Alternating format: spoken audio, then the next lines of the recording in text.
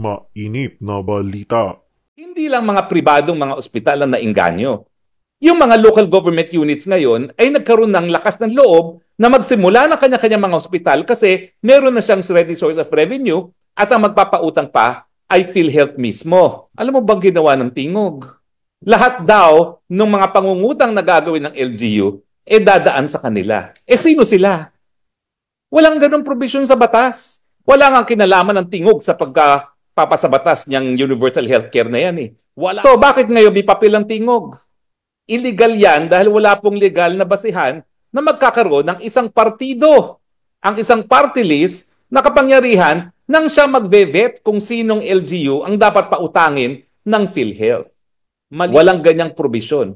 Yan ay nagbibigay ng isang benepisyo sa Tingog party list na siya lang ang merong biyayang nakukuha. Yan po ay linalabag yung tinatawag nating Equal Protection Clause na ang pagbibigay ng karapatan ng kalusugan ay dapat hindi po hinahaluan ng politika. Dahil sino ba si Tingog? Di ba, Martin Romualdez? Kaya naman ngayon kada munisipyo meron Tingog kasi nga gusto niya maging presidente. At yan ang magiging makinarya niya. Pero isa pang kababalaghan, ha? Alam nyo, ang ginawa natin dyan sa PhilHealth na yan, sa Universal Healthcare, para nga maparami yung mga ospital na magbibigay ng serbisyo sa ating mga kababayan. Kasi ngayon po, kulang na kulang yung tinatawag nating hospital bed per population ratio. Kinakailangan, triplihin natin ang ating bed capacity. Naalala nyo nung COVID, no? Pinabantayan natin yung ICU capacity, yung bed capacity, kasi kapag nagkulang na ng kama, saan dadalhin? So, kinakailangan triplihin pa ho yan. Okay.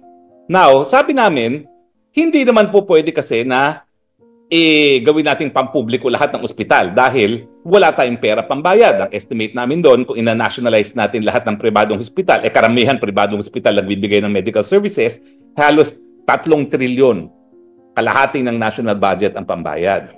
So, ang sinabi na lang natin, gawin natin na bibigyan natin talaga ng source of revenues ang mga hospital, public and private, sa pamamagitan nga ng universal healthcare.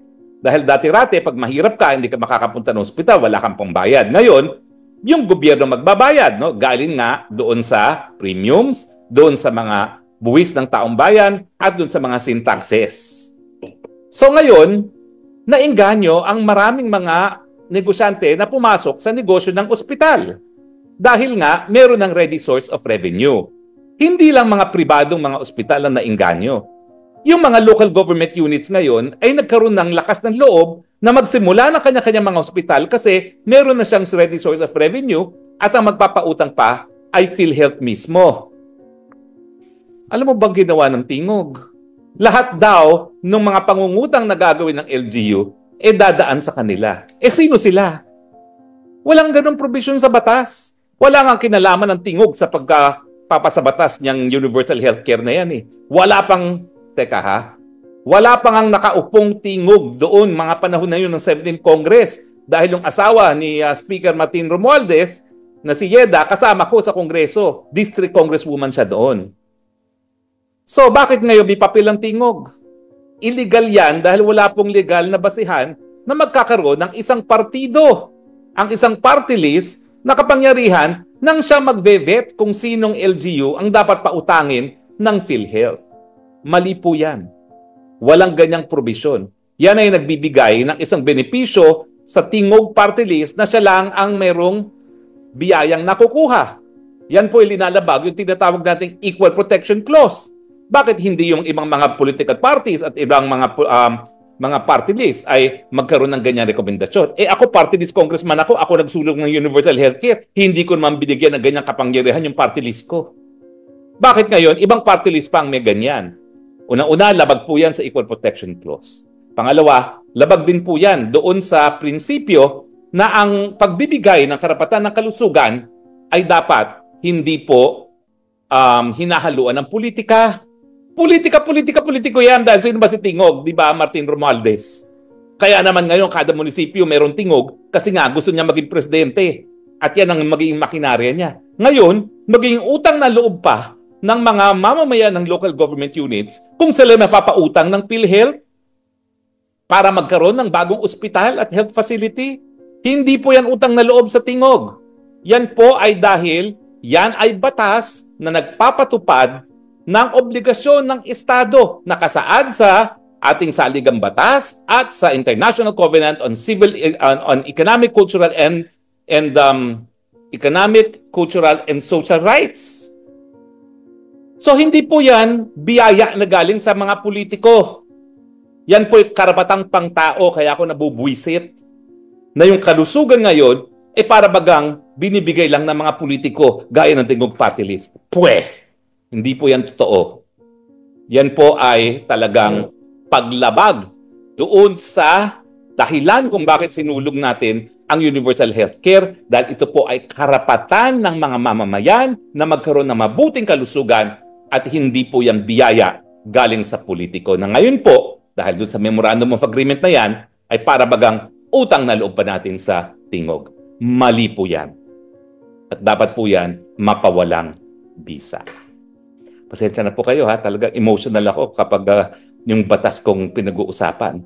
Pero hindi po tayo papayag na habang tayo may hininga, na kahit sino, kahit sila pa ay makapangyarihan, kahit sila pa ngayon napapatakbo ng gobyerno, ay bababuyin yung dinanasa ng ginawa nating batas na pakinabangan dapat ng mamamayan dahil yan ay kabahagi ng kanilang karapatan. Abay, pag-uusapan po natin yung malapit sa puso ko, ha?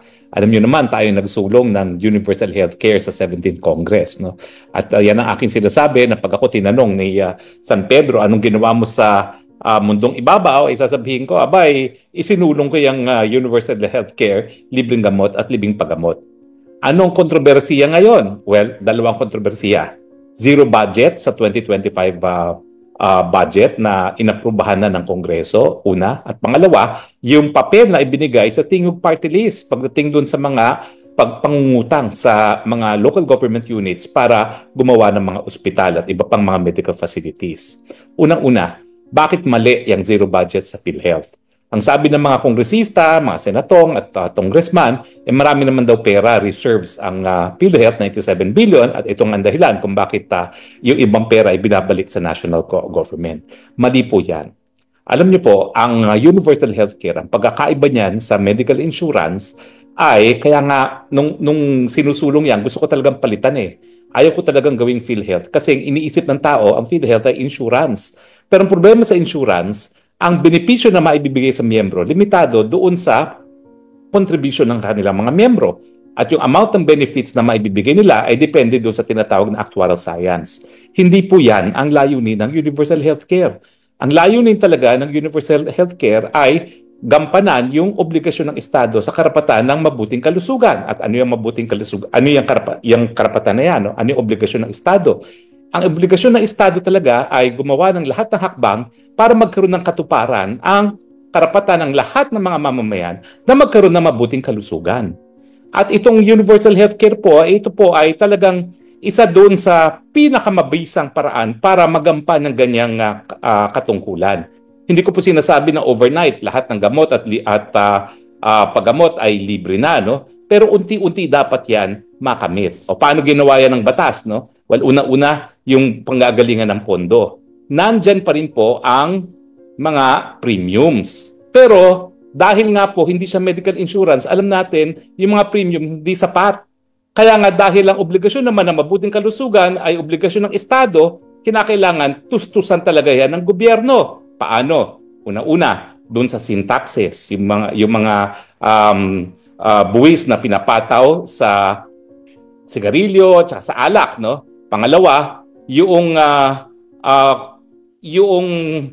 kontribusyon ng gobyerno sa PhilHealth mismo sa pamamagitan ng budget ng DOH at saka doon sa budget na binibigay ng gobyerno para bayaran yung mga premiums nang hindi po kakayaning magbayad. Yun ang nawala ngayon. Bakit yung tatanggalin yung government subsidy? Yung government subsidy nga ang nagbibigay buhay doon sa universal healthcare. Dahil kung wala yung government subsidy yan, balik na naman tayo doon sa medical insurance na ang mga benepisyong maibibigay lang ng PhilHealth ay limitado doon sa kontribusyon ng mga miyembro niya. Pero dito nga sa universal healthcare, lahat nga ng Pilipino ay naging miyembro na. At at hindi depende yung kanilang benepisyong makukuha sa kanilang pagbabayad ng premiums. Dahil kung hindi nila kaya bayaran ng premiums, gobyernong magbabayad. Ang tanong, ngayong wala ng government subsidy, sino magbabayad ng mga premiums sa mga maralita? Diba? Bagamat ito naman ay hindi magiging hadlang sa pagkuha ng benepisyo kasi yung pagbayad ng premiums hindi naman yung hadlang para sila makakuha ng benepisyo. Pero ganun pa man, hindi sasapat talaga ang pondo ng PhilHealth kung walang government subsidy. Yan nga ang pagkakaiba ng medical insurance. Kaya nga ang gusto ko, baguhin ang pangalan yan nung sinusulong ko yan sa 17th Congress. Kaya nga lang, nagkataon na yung author pala ng Universal Healthcare ng PhilHealth Law ay si now Secretary Ralph Recto. At dahil siya ay senador ng mga panahon na yon, hindi siya pumayag na buwagin ng PhilHealth. Nais ko sanang palitan niya ng National Health Service dahil yun naman ang pinanggalingan ng Universal Healthcare, yung National Health Service ng United Kingdom, kung saan ako ay nagkaroon ng benepisyo nung ako ay nag-aral noong 1995-1996 dyan sa United Kingdom. So, krimen po yung ginawa ng ating mga mambabatas na tinanggal ang government subsidy sa PhilHealth. Ibig sabihin po niyan, ang pondo na magagamit na lang ng PhilHealth ngayon ay yung mga galing sa mga miyembro at yung pondo na hawak pa niya. Hindi po totoo na dapat magkaroon ng sobra-sobrang pondo ang PhilHealth. Bakit? Dahil nakasaad nga sa batas, lahat ng pondo ng PhilHealth, dapat yan gastusin lamang sa benepisyo ng kanyang mga miyembro o di naman kaya para pababain ang premiums ng PhilHealth. Kaya nga illegal yung ginawa nilang pagbalik sa national coffers at mabuti na lang nag-TRO na ang Korte Suprema at hindi pa ako nagsampa ng kaso. Sabi ko, nakakapagod na kasi, rinireview ko yung aking mga kasong nasampa na sa Korte Suprema. Sa tingin ko naman, nagawa ko ng lahat para naman tayo magkaroon ng mas mabuti pang lipunan. No? Lalong-lalo na pagdating sa universal healthcare, sapat na ako nagsulong yung batas na yan, iba naman ang pumunta sa Korte Suprema. At nagagalak ako na isa dun sa nagpunta sa Korte Suprema ay isa sa matalik kong kaibigan, isang doktora, si Doktora Mingita Padilla. No? So, krimen po yung ginawa nila. Dahil ngayong wala ng national subsidy, limitado na naman ang benepisyong mabibigay ng PhilHealth sa ating mga mahirap na mga kababayan doon sa amount na binabayad ng mga miyembro. Hindi nga po yan sapat. Kaya naman, pinabalik yung pera, di umano, dahil sobra-sobra ang pera ng PhilHealth, hindi po totoo yun. Yung binalik nila, ito nga yung amount ng subsidy na dapat pambayad doon sa mga Pilipino na hindi kaya bayaran ng premiums. Pero pag hindi binayaran ng gobyerno yung premiums sa mga maralita na wala pang bayad ng premiums, hindi talaga mababayaran ang mga benepisyo ng mga mahihirap. Ano bang pantasya ng mga senatong at congressman na yan na napakayaman ng Pilipinas na walang namamatay dahil lamang sa kahirapan? Hindi po yan totoo. Kaya nga sinulong natin yan Dahil wala dapat Pilipino na namamatay dahil lamang sa kahirapan. Yan ang ibig sabihin ng karapatan ng kalusugan. Gawin ang lahat ng hakbang nang sa ganun, walang mamatay dahil lamang sa kahirapan. Ang nagagalak na lang ako, meron tayong 14 million Pilipinos at karamihan, marami sa kanila ngayon, naninirahan sa Europa at sa Middle East kung saan na-i-implement ang universal healthcare. Alam mo, yung mga nagsasabing hindi natin kaya gawin yan, hindi po yung totoo dahil dito sa Southeast Asia, yung ating karatig bansa na Thailand, naging matagumpay na sila. Dati 50 baht ang bayad kada bisita sa ospital. Ngayon, libre na lahat. So dapat nga, ang ating aim magkaroon ng zero billing. Hindi pa po pwede yan ngayon dahil kulang pa nga ang pondo. Kulang pa nga ang pondo para sa zero billing. Tatanggalin nyo na ang government subsidy at ibibigay nyo pa di umano yung mga pondo na linalaan para sa pambayad ng premiums na walang pambayad, ibabalik sa national government para mapondohan ang inyong mga tongpats. Hindi po tama yan. Kasalanang malaki po yan sa bayan. Dahil ngayon, may batas na tayo na dapat walang mamamatay dahil lamang sa kahirapan at hindi nila pinatutupad ang batas. Bakit? Kasi kinakailangan nila ng ayuda, pambili ng mga boto. Kinakailangan nila ng mga flood control projects na wala namang silbi pagdating sa panahon ng tag-ulan. Di ba? Dahil kinukurakot lang nila ang pera.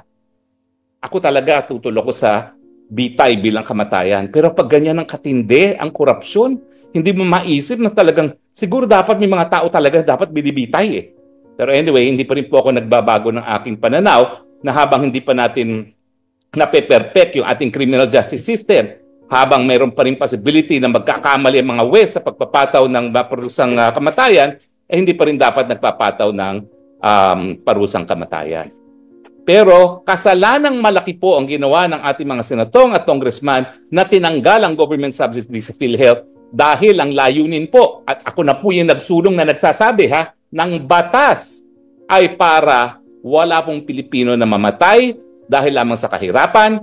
Kung wala kang pambayad ng premiums, gobyerno dapat ang magbayad ng premiums nang sa ganon, masustena yung pagbibigay ng mga benepisyo sa mga miyembro. Talagang makarma sana kayo, kayong mga bumoto na zero budget sa PhilHealth dahil nandyan na yung pamamaraan para masagip ang buhay ng mga mahihirap, pinagkait nyo pa. Nasa inyong kamay ang dugo ng mga mahihirap na mamamatay dahil sa ginawa ninyong zero budget sa PhilHealth.